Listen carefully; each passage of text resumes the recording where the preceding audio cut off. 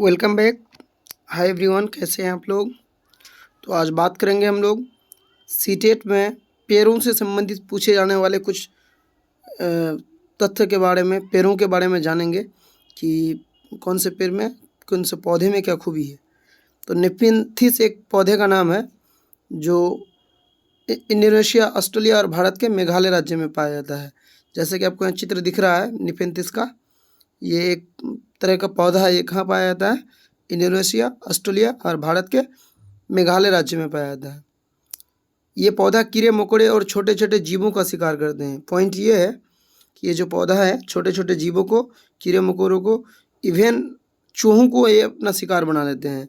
CTET में ये question आया हुआ भी है कि नेपिन्थिस पौधा इनमें से किन जीवों को खा लेता है। तो छोटे छोटे पौधे, कीड़े मकोड़े और चूहों को ये अपना शिकार बनाते हैं।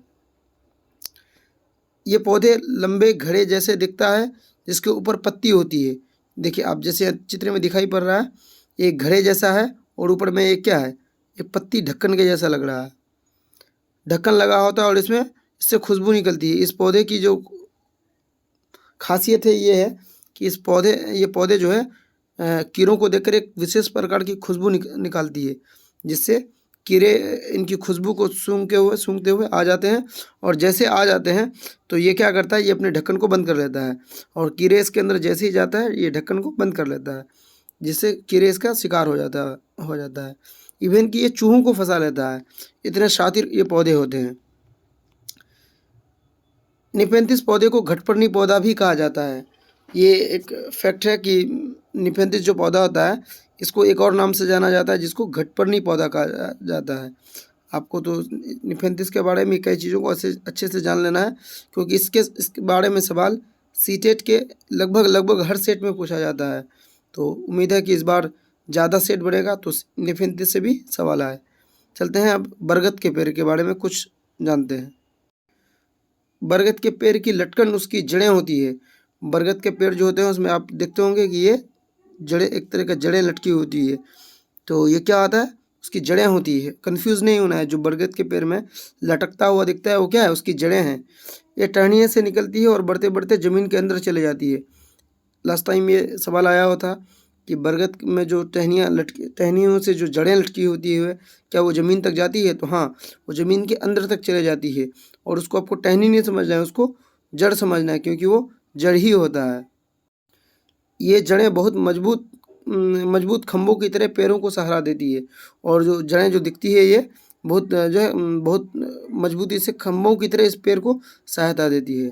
तो अब आगे बढ़ते हैं। गाइस, ये रेगिस्तानी ओक है जो आपको चित्र में दिख रहा है। ये क्या है कि रेगिस्तानी ओक है। ऑस्ट्रेलिया में रेगिस्तानी ओक पेड़ पाया जाता है। ऑस्ट्रेलिया जो है उसमें रेगिस्तानी ओक एक पेड़ है जो पाया जाता है, जिसकी ऊंचाई 11 से 12 फीट तक होती है।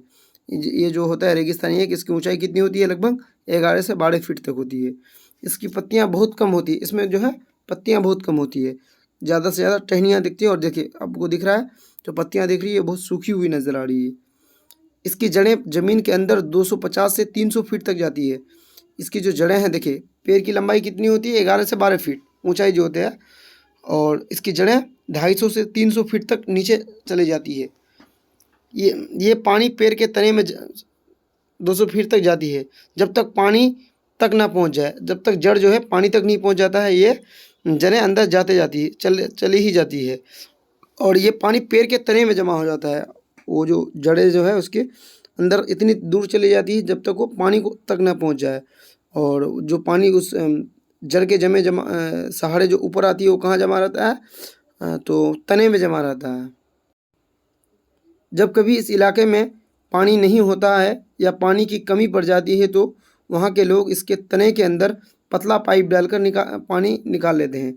गाइस, ये सवाल सीटेट में आया हुआ था कि ये जो है रेगिस्तानी ओक, उसके जड़ें द्वारा जो पानी एकत्रित करता है वो पानी किस काम आता है? तो वो पानी क्या करता है, जब जिस इलाके में ये पेड़ पाया जाता है उस इलाके में अगर बारिश नहीं होती है या पानी की कमी हो जाती है तो ये तने में ये पानी जमा रहता है, ताकि लोग वहाँ से पानी निकाल कर पी सके।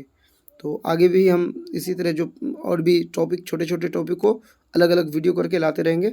आप हमारे साथ जुड़े रहें, चैनल को लाइक सब्सक्राइब करें। Thank you.